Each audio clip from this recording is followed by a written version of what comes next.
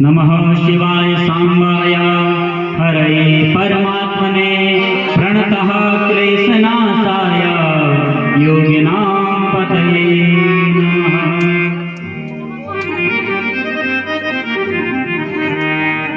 आगे चलकर के परीक्षित जी महाराज ने कहा कि हे सुखदेव जी महाराज, हे गुरुदेव भगवान, मैंने सुना है कि मनु और शतरूपा के दो बेटे भी हुए हैं, उनका नाम क्या है, कौन है? तो सुखदेव भी कहते हैं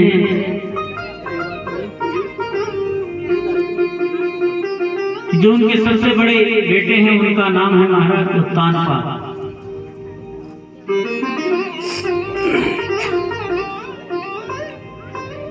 कहा कि इस पृथ्वी के सम्राट हैं, राजा हैं।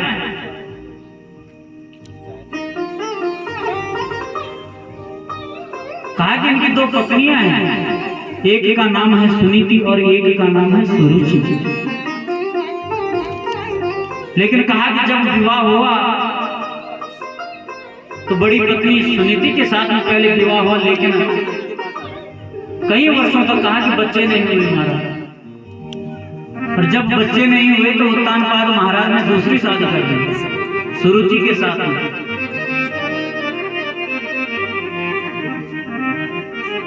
कहा कि सुरुचि के साथ में जैसे ही विवाह किया तो इससे एक बेटा हुआ, उसका नाम हुआ उत्तम। लेकिन कहा कि जब राजा अपनी छोटी पत्नी से ज्यादा प्रेम करने लग गया तो कहा कि बड़ी पत्नी सुनीति ने अपने आप ही सोचा कि मुझे यहाँ से निकलना चाहिए। महाराज घर से निकल जाती है, जंगल में एक कुटिया बनाती है और वहीं पर भगवान का नाम लेने लगती है, भगवान का भजन करने लगती है। एक दिन उत्तानपाद नाम के जो राजा हैं शिकार खेलने जाते हैं जंगल में। महाराज दिन भर शिकार खेला, बहुत प्रकार के पशुओं को मारा और जैसे अपने राज्य के लिए लौट रहे थे तो कहा कि मार्ग भटक के रास्ता भूल गए। और जैसे रास्ता भूले तो जंगल में एक कुटिया देखी और जैसे ही उस कुटिया के समीप गए तो एक मैंने कुचेली एक स्त्री को देखा। महाराज कहा कि मैं उत्तानपाद राजा हूं, मैं अपने राज्य का मार्ग भटक गया हूं, मुझे रात्रि में विश्राम करना है। कहा कि आप कौन हो? उसने कहा कि जैसे कहा कि उत्तानपाद हूं मैं, तो उस समझ के उसने कहा कि मैं आप ही की पत्नी हूं, बड़ी पत्नी, मेरा नाम सुनीति है। तो कहा कि मैं प्यासा हूं, भूखा हूं, भोजन बनाओ। तो सुनीति ने सुंदर भोजन बना करके उत्तानपाद राजा को खिलाया और वहीं पर आज राजा ने विश्राम किया। लेकिन कहा कि भगवान नारायण की कृपा से आज सुनीति भी गर्भवती हो गई और कुछ समय बाद इसका भी पुत्र हो गया जिसका नाम हुआ ध्रुव।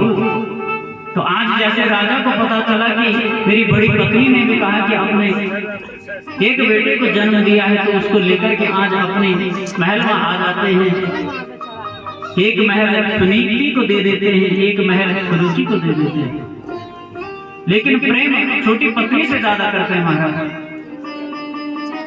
और जो उसका बेटा है उत्तम उसी से ज्यादा प्रेम करते हैं। एक दिन उत्तानपाद राजा अपनी गद्दी पर बैठा था, राजगद्दी पर। वहीं पर जो छोटी पत्नी है सुरुचि वह भी बैठी थी अपने बच्चे को लेकर के उत्तम। लेकिन जो बड़ी पत्नी का बेटा है ध्रुव, छोटा सा बालक है महाराज, 5 साल की आयु है। और जैसे पिता को बैठे हुए देखा तो आकर के पिता की गद्दी में बैठ गया अपने आप। और जैसे पिता की गद्दी में बैठा तो महाराज जो सौतेली में आया उसने धक्का देकर के कहा कि निकल यहाँ से। कहा कि तुझे पता नहीं है इस पर मेरे पुत्र उत्तम का अधिकार है, तो कहाँ बैठा है? बच्चा रोने लगा। सुरुचि कहने लगी कि हे ध्रुव, अगर तुझे इस गद्दी पर बैठना है तो कहा कि पहले भगवान का भजन कर।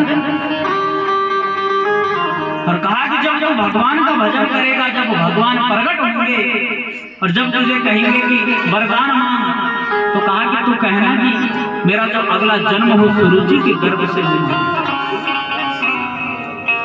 आज सुरुचि ने अपने गर्भ को भगवान से ऊपर बता दिया। है ध्रुव रोते हुए अपनी माँ के पास में जाता है, सुनीति के पास में। जैसे आज सुनीति ने अपने बच्चे को रोते हुए देखा, कहा ये ध्रुव क्या हुआ, क्यों रो रहे हो? ध्रुव कहता है कि हे माँ क्या बताऊं, मेरी सौतेली माँ ने मुझे आज राजगद्दी पर बैठने नहीं दिया। कहा क्या कहा तेरी माँ ने? कहा कि मेरी सौतेली माँ ने कहा कि हे ध्रुव, अगर तू इस गद्दी पर बैठना चाहता है तो कहा कि पहले भगवान का भजन कर, और जब भगवान का भजन करेगा, जब भगवान प्रकट होकर के तुझे पूछेंगे कि मांग क्या वरदान चाहिए, तब तू बोलना कि मुझे सुरुचि के गर्भ से जन्म दो, और तब जाकर के उस गद्दी पर बैठेंगे। तो महाराज सुनीति माँ ने कहा कि हे पुत्र ध्रुव, कहा कि मैं तो तेरे पिता का पता तुझे नहीं बताया कि तेरे पिता कौन है, कन्फर्म नहीं है। तो कहा कि तेरी सौतेली माँ ने तुझे परम पिता का पता बता दिया। कहा कि बिल्कुल देर मत करना, निकलो। कहा कि जंगल में जाकर के तपस्या करो महाराज, और अगर आज की कोई सौतेली माँ होती महाराज, दांत पकड़ेंगे सीधे झगड़ कर लेंगे लट लेकर के। कोई ज्ञान देता है सागर का, कोई सौतेली माँ अपने सौत के बच्चे से बोल दे कि भाई तू हमारे घर में मत रहे, जंगल में जाकर के भजन कर, कोई भेजेगा ऐसा करके अपने बच्चे को? लेकिन सुनीति माँ कहती है कि ध्रुव ये मार्ग तो बिल्कुल मत छोड़ना। कहा कि तू निकल घर से। और आज जैसे ध्रुव जी महाराज को कहा कि जा भजन करने के लिए निकल, तो कहा कि छोटे से बालक हैं 5 साल के, निकल पड़ते हैं आज भगवान की खोज में, जंगल में जा रहे हैं। कहा कि कहाँ मिलेंगे भगवान, कहाँ मिलेंगे भगवान, कहीं भी मार्ग नहीं मिला। वहीं पर नारद मुनि आई श्रवण नारायण का संकीर्तन करते हुए, और जैसे आज ध्रुव जी ने नारद जी महाराज को देखा तो प्रणाम किया। कहा कि नारद जी प्रणाम, नमस्कार। कहा कि हे ध्रुव कहाँ जा रहे हो? कहा कि मैं भगवान को खोजने के लिए जा रहा हूँ, भगवान को ढूंढने के लिए जा रहा हूँ, भगवान के मार्ग में। कहा कि मुझे शिक्षा दो, दीक्षा दो, किस प्रकार से भगवान मिलेंगे। लेकिन मैंने पहले भी बताया कि अगर कोई गुरु अपने शिष्य को बनाता है तो पहले परीक्षण करता है, उसकी परीक्षा लेता है कि परीक्षा में पास होगा कि नहीं। तो नारद जी महाराज अपनी वाणी के व्यंग देने लगे। कहा कि हे ध्रुव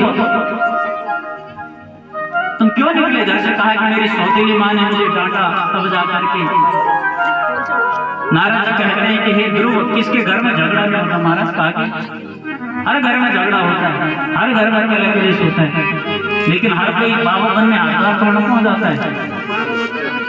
कहा कि झगड़ा हुआ है तो कुछ देर बाद ठीक ही हो जाएगा। कहा कि हे ध्रुव घर में जाकर के कहा कि तुम्हारी खेलने कूदने की उम्र है, घर जाओ। कहाँ जा रहे हो? जंगल में। कहा कि घर की तरफ, बच्चों के साथ में खेलो, पढ़ाई करो, लिखाई करो। कहा कि ये मार्ग तुम्हारा नहीं है, बच्चों का मार्ग नहीं है। कहा कि इस मार्ग में तो बड़े बुजुर्ग जाते हैं। और जैसे ध्रुव जी ने सुना कि नारद जी महाराज ऐसी बातें बोल रहे हैं, तो ध्रुव जी ने कहा कि मुझे आपसे बात नहीं करनी महाराज, आप नारद जी नहीं है। ध्रुव जी कहते हैं कि मैंने तो सुना था कि जिसके जीवन में नारद मिल जाता है, नारद जैसे संत मिल जाते हैं, कहा कि उसको भगवान के दर्शन हो जाते हैं, गोविंद के दर्शन हो जाते हैं। और कहा कि तुम मुझे माया के बंधनों के बारे में बता रहे हो, भगवान का मार्ग नहीं दे रहे हो। कहा कि आप मेरे से बात मत करो, मैं मुझे जाने दो। और वहीं पर नारद जी प्रसन्न होते हैं, ध्रुव जी महाराज को एक मंत्र देते हैं। कहा कि इस मंत्र का जाप करना, द्वादशाक्षर मंत्र। और वहीं पर नारद जी महाराज अंतर ध्यान होते हैं। ध्रुव जी महाराज आगे को चलते हैं, मथुरा में पहुंचते हैं। और मथुरा में आज भी ध्रुव टीला है। आप तो गए हो? कहा कि मथुरा में ध्रुव टीला है, जहां पर ध्रुव जी महाराज की तपस्या करी थी, वो स्थान आज भी विराजमान है। और वहीं पर आज ध्रुव जी महाराज इस द्वादशाक्षर मंत्र का जाप करने लगे। ओम नमो भगवते वासुदेवाय, ओम नमो भगवते वासुदेवाय, ओम नमो भगवते वासुदेवाय,